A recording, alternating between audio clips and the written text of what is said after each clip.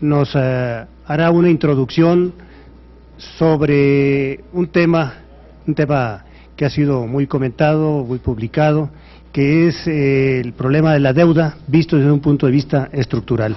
Quiere decir esto, la deuda de la Federación, la deuda de los estados, la deuda de los municipios. El senador Penchina nos hará una introducción y posteriormente estará a las órdenes de ustedes para atender cualquier pregunta que ustedes deseen formularle. Por favor, senador. Buenos días, amigas y amigos de los medios de comunicación. Muchas gracias por estar aquí presentes.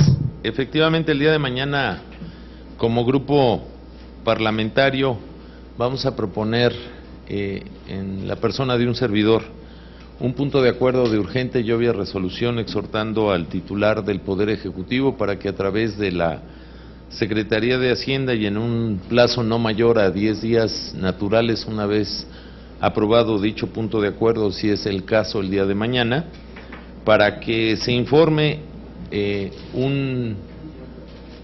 perdón la redundancia, un informe detallado, pormenorizado sobre la situación de la deuda pública federal, la deuda de todas y cada una de las entidades federativas que integran nuestra República Mexicana y la deuda de los municipios que al día de hoy, en el último trimestre de este año, se tiene en saldo en cuenta corriente en las finanzas públicas nacionales. Este es un tema que, como ustedes bien saben, las diferentes fuerzas políticas nacionales desde hace más de un año han tomado como bandera. Nosotros creemos que la han tomado como una bandera más de golpeteo político que en la esencia de lo que debe de ser revisado, analizado y en su caso el poder proceder a trabajar en construir una legislación mucho más fuerte, mucho más sólida, que garantice la estabilidad financiera de los tres órdenes de gobierno y que además tenga la posibilidad de que todas las instancias corresponsables en materia de la adquisición de deuda respondan, respeten la Constitución y el espíritu de lo que mandata la misma, para que las finanzas públicas sean por igual sanas para los tres órdenes de gobierno. Me parece que en los últimos meses hemos estado asistiendo a una serie de golpeteos de carácter político, en donde se da la sensación de que solo algunas entidades del país están endeudadas y que solo algunas han violado o bien la normatividad establecida o incluso la estructura misma de darle sanidad y viabilidad financiera sana a todas las entidades federativas y a todos los municipios, así como a la Federación. La deuda federal ha aumentado de manera muy importante, al grado de que rebasa por mucho lo que recomienda estos organismos que tanto le gusta a la tecnocracia mexicana, como la OCDE o el Fondo Monetario Internacional, de los porcentajes recomendables para una situación financiera sana. El objetivo de nuestro partido, de un servidor, es hacer una especie de corte de caja para que podamos tener la información dura que Hacienda está obligada a tener y que sin parcialidades, sin metodologías desagregadas que muchas veces confunden en los diferentes informes que esta instancia gubernamental da a través de sus obligaciones de informar contenidas en la ley, establezcamos un piso de información que sirva como un diagnóstico para entrarle a fondo a una reforma en su momento, que dentro de lo que ha anunciado nuestro próximo presidente electo, Enrique Peña Nieto, hoy presidente electo, próximo presidente constitucional de nuestro país, se tenga en cuenta para poder hacer una reforma sólida, responsable, que alinee los incentivos correctos, que alinee las obligaciones precisas de cada orden de gobierno en su facultad de endeudamiento, sin violar la soberanía de ninguno de estos tres órdenes de gobierno. Esta es la esencia de un punto de acuerdo que va a ser presentado el día de mañana y que contiene como objetivo tener información veraz, transparente, y que incluso ya cesen estos intentos mediáticos de que ustedes lo han vivido aquí en el Senado o en la Cámara de Diputados, cada semana se tome una bandera como los grandes descubrimientos, cuando ha sido una estrategia de carácter político sin atender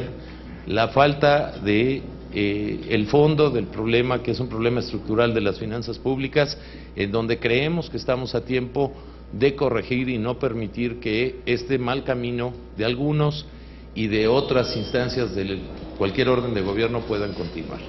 Esa sería cuanto en la esencia del punto de acuerdo que vamos a presentar mañana, y obviamente de este y de cualquier tema yo estoy a sus órdenes. Antes de atender cualquier pregunta, compañeros, les estaremos distribuyendo un documento que resume, un documento ejecutivo que estará pues como soporte para el manejo de la información.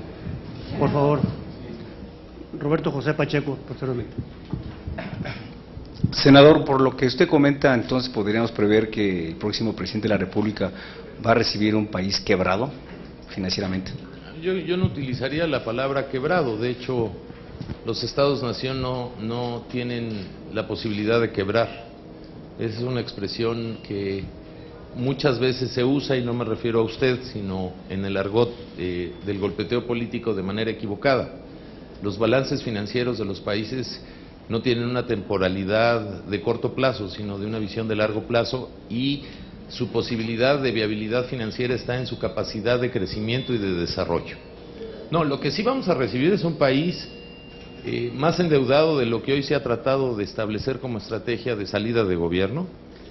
Estamos recibiendo un país con un endeudamiento dentro del Ejecutivo Federal y de las entidades de control paraestatal que existen en su conjunto en el Ejecutivo Federal, mucho más endeudado que hace 12 años. Evidentemente nuestro país ha ido creciendo en su Producto Interno Bruto, pero el ritmo de crecimiento del Producto Interno Bruto con el ritmo de endeudamiento federal no tiene nada que ver.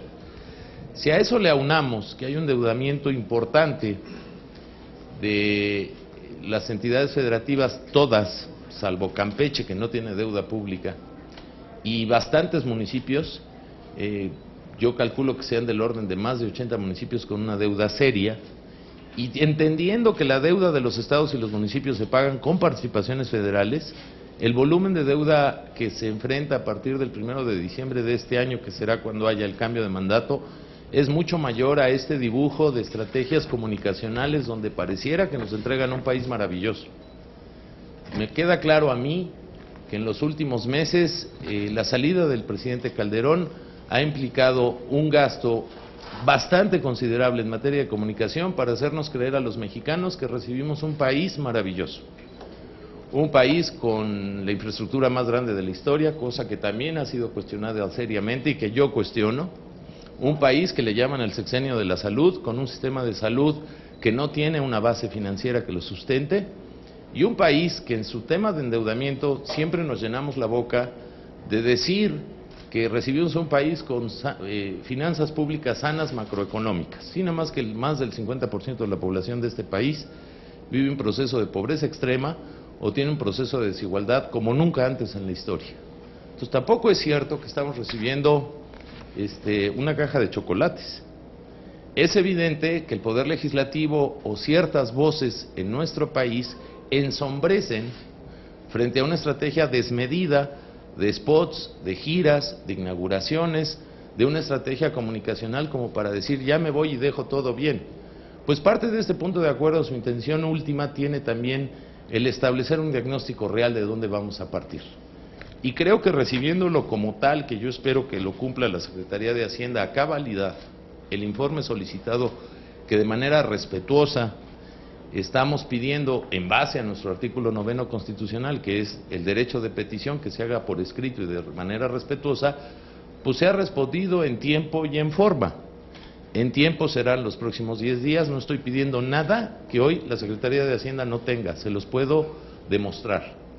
Y segundo, pues que se ha atendido bajo la forma correcta, que es transparentar el proceso de endeudamiento en el tiempo de todos los estados, municipios y federación, para hacer un corte de caja y saber este daño estructural que tenemos en materia financiera, de lo que dicen dejarnos bien, cómo hay que entrarle para poder, primero, encontrarle una viabilidad de rumbo serio y profesional que no se preste al golpeteo político. Creo que es evidente que el PAN tomó como bandera el tema de la deuda pública como un golpeteo de carácter político. Yo respeto los golpeteos políticos, lo que no podemos perder el tiempo ni la visión es que atrás de este problema hay un problema estructural de finanzas públicas. Y hay que también decir por qué las entidades federativas se endeudaron. en qué se usó el dinero. ¿Quién está, por ejemplo, soportando el gasto del famoso seguro popular que pareciera el logro del siglo o de los últimos siglos? Pues lo están absorbiendo los estados y los municipios. Y eso nadie lo dice.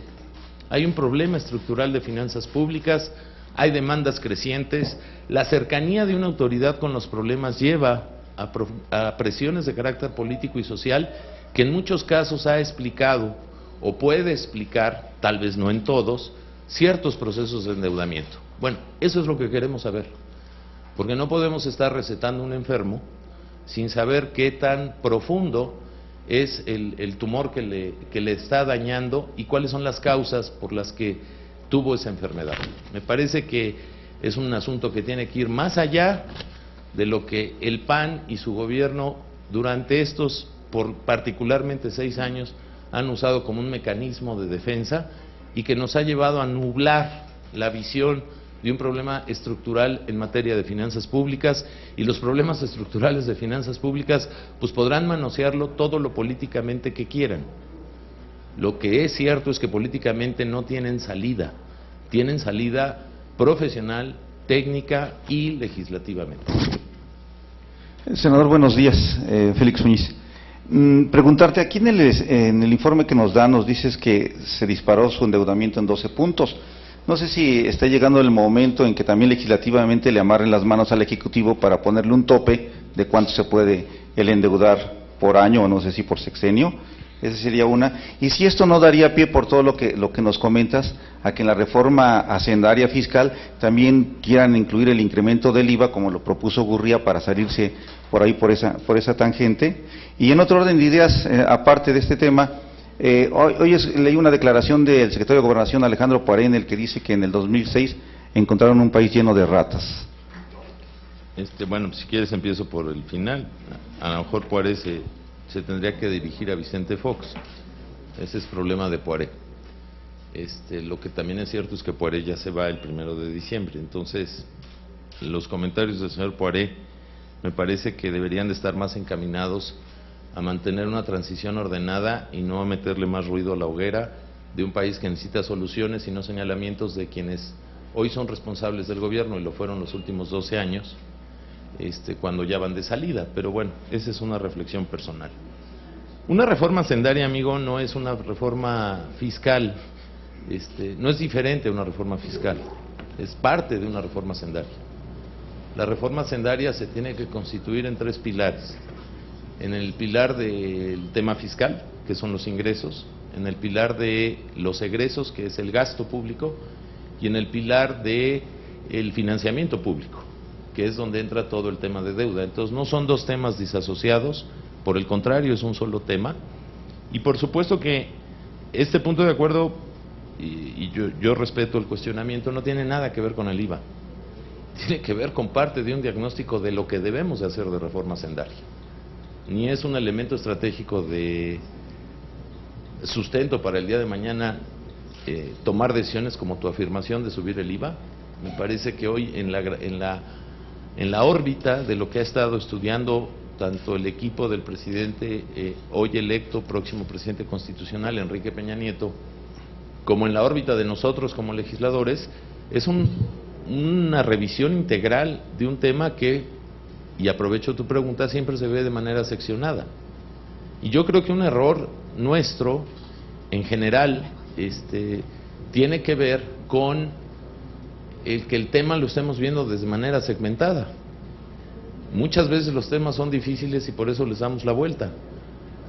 Hablar de reforma fiscal necesariamente implica hablar de reforma presupuestal, y hablar de reforma presupuestal necesariamente e inevitablemente junto con lo fiscal te debe de llevar a la revisión del tema de la reforma a las finanzas públicas. Es una pata de 3 mesas, que si le mueves una, mueve las otras 2, si vamos a hablar con seriedad. En materia de financiamiento público, las muy buenas finanzas nacionales que hoy se presumen, pues resulta que no están tan buenas. Resulta que los niveles de endeudamiento están por encima de lo que recomiendan los organismos internacionales, por cierto, en los cuales la tecnocracia siempre se cobija. Hablar de finanzas públicas también es hablar de que hay un problema estructural entre estados, municipios y el Ejecutivo Federal de cómo se han venido dando los procesos de endeudamiento, porque son corresponsables los tres órdenes de gobierno. En teoría, si uno revisa nuestra legislación, que yo creo que hay que fortalecer hacia adelante, hay que hacer reformas hacia adelante, pues por ejemplo el grandísimo y sonado tema de Coahuila, ¿no? Bueno, pues Coahuila se endeudó y en la acusación del endeudamiento de Coahuila hay una actividad fraudulenta de Hacienda que poco hablan de ello. De hecho hay una acusación penal contra funcionarios de Hacienda en ese mismo tema, ¿eh? Porque debe haber un registro y debe haber una aprobación de trámite para registrar el endeudamiento de cada entidad federativa. Entonces, ¿qué está fallando? Podemos aquí tratar de erigirnos en jueces, no es mi caso, de decir quién es más o menos culpable. No, aquí tanto peca el que mata como el que le agarra la pata. Entonces lo que es cierto es que hay un problema estructural que hay que entrarle a resolverlo. Se habla mucho de endeudamientos hoy, digamos, de moda, como es Coahuila, como es Michoacán y Jalisco, y Baja California Norte, y Tabasco, y Guanajuato. Y también entonces va a haber que entrar a hablar, y este es el tema fundamental, de un trato equitativo, y nosotros somos representantes de los estados de la federación, y es nuestra obligación vigilar por ello. ¿Cuánto dinero recibe cada estado? Tiene que ver con la preferencia electoral, de coyuntura, con qué ritmo reciben los recursos. ¿Se maneja el mismo piso para todos? ¿O me son más simpáticos los gobiernos de filiación de mi partido o menos simpáticos que otro? Las elecciones son para elegir gobernantes, pero no para tratar desigual a los iguales. Y en teoría constitucional, basado en la Constitución, todas las entidades federativas son iguales ante la Federación. Entonces también hay que conocer que hay estados que durante su proceso de gobierno, por no llevarse bien con el Ejecutivo, por no ser complacientes o incluso, hay veces por ser rejegos, pues a lo mejor no llegan los apoyos en la misma medida que llegan otras entidades. Yo tengo la fundada sospecha de que estados como Jalisco y Guanajuato en la última década han sido verdaderamente beneficiados en materia de ciertas asignaciones presupuestales que guardan un margen de discrecionalidad por parte de la Federación que otros estados como el mío, por ejemplo. Para no llevarlo a otro tema, pues yo soy senador por Hidalgo y hablo por Hidalgo. Antes que nada yo aquí hablo por Hidalgo. Entonces ha sido un proceso inequitativo y desigual. Y pese a eso hay una gran noticia, también Guanajuato y Jalisco, que tuvieron en la década azul, más de una década azul, privilegios de simpatías, también están endeudadas, y de eso no se habla. Bueno, pues ya llegó la hora de hablar de todos y por igual. Yo creo que un gobierno que es serio, como el que será el gobierno de Enrique Peña Nieto, tiene que partir de un piso de información común para poder diagnosticar, insisto, pues digamos al enfermo y poder proponer las recetas y las medicinas correctas para que este país le vaya mejor. ¿Alguna otra pregunta? Por su atención, muchas gracias. Perdón, allá sí hay, perdón. Charlie me abandonó. Es que no te Gracias. veía, Claudia. Senador, nada más una consulta. La Presidencia de la República se ha sobregirado por más de 3,000 millones de pesos en su gasto en relación a la partida que aprobó la Cámara de Diputados. Yo quiero conocer una opinión sobre no sé si es sobregiro, sobregasto, cómo se puede leer. Y la otra, pues qué perspectiva tiene el PRI sobre la aprobación de la reforma laboral esta semana. ¿Cómo lo están viendo? El coordinador del PRD decía que va a interponer un amparo porque el procedimiento legislativo es incorrecto. Y también qué esperan de la nueva terna del presidente en el tema de los ministros. Gracias. Laboral, terna. El sobreejercicio de la Presidencia de la República, obviamente te refieres al 2012, y yo diría para variar, ¿no? Es costumbre que la Presidencia de la República tiene sobregiros de gasto, y yo diría que es una vergüenza más de lo que ha venido ocurriendo estos 12 años, que atiende a dos causas. Es muy triste y muy denigrante para nuestro país que la Presidencia se sobregire y que en rubros de inversión en salud, en comunicaciones y transportes, y en entidades públicas que ejercen gasto de inversión haya subejercicios. Me parece que el reto, independientemente de los señalamientos que la Auditoría Superior de la Federación en su momento tendrá que realizar a las cuentas públicas correspondientes y establecer las sanciones que la ley indique, me parece que hacia adelante, y yo lo quiero tomar en positivo, aparte de señalar estas malas prácticas que deberíamos de tomar como ejemplo y no volver a repetir, este es un asunto que cada año lamentablemente ocurre y que siempre ocupa un espacio muy importante en la cuestión mediática, pues el buen juez por su casa empieza, y me parece que el buen juez, para variar, en su casa no empezó en el caso de este último sexenio que está por terminar. En materia de la reforma laboral, la Comisión del Trabajo y Previsión Social del Senado de la República ya está trabajando desde el primer día que le llegó el dictamen minuta por parte de la Cámara de Diputados, y yo confiaría que esta misma semana tengamos la reforma laboral que el país necesita. Yo destacaría que, independientemente de este gran debate político de un tema que ha guardado y ha ocupado una buena parte de los medios de comunicación, estamos dando cuenta de un poder legislativo que yo diría empezó con el pie derecho. Estaba congelada la ley de lavado de dinero después de 4 años de debate mediático y público al interior de las cámaras. Ya hay ley de lavado de dinero, ya hay ley de contabilidad gubernamental. Hemos avanzado mucho en materia de la iniciativa que hicimos nuestra del presidente Peña en materia de transparencia para darle rango constitucional y autonomía de Estado a un organismo de acceso a la información. Y la reforma laboral, esta Cámara trabaja para que esta misma semana tengamos ya un dictamen aprobado. Creemos que el esfuerzo que ha hecho la Cámara de Diputados es notable.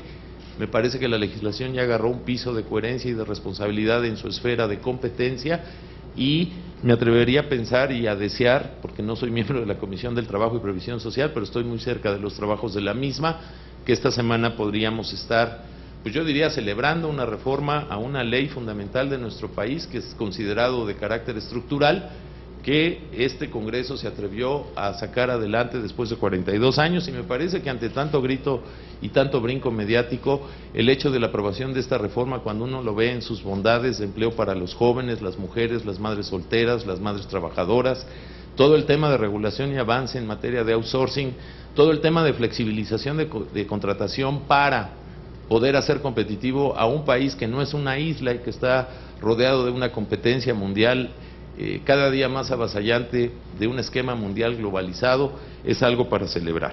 Y en tema de la terna, a ver, para mí es más sencillo, más allá de caer en este debate mediático de gritos y sombrerazos donde unos y otros se imputan culpas respetando la opinión de cada quien. La terna está en un proceso normal de aprobación, y si no, pues veamos la Constitución y la ley del procedimiento de elegir a los ministros de la Corte. Aquí llegaron 2 ternas por parte del Ejecutivo Federal. Creo que todos ustedes, me atrevo a pensarlo así porque yo estuve cerca del proceso de examinación de los candidatos magistrados a ministros, hicimos un trabajo exhaustivo para poder alcanzar a tener una visión de estas personalidades, de las cuales yo calificaría todas como respetables y honorables en su trayectoria de 30 años, el poder ser denominados por las 2/3 partes de un cuerpo colegiado por demás complejo de 128 compañeros senadores.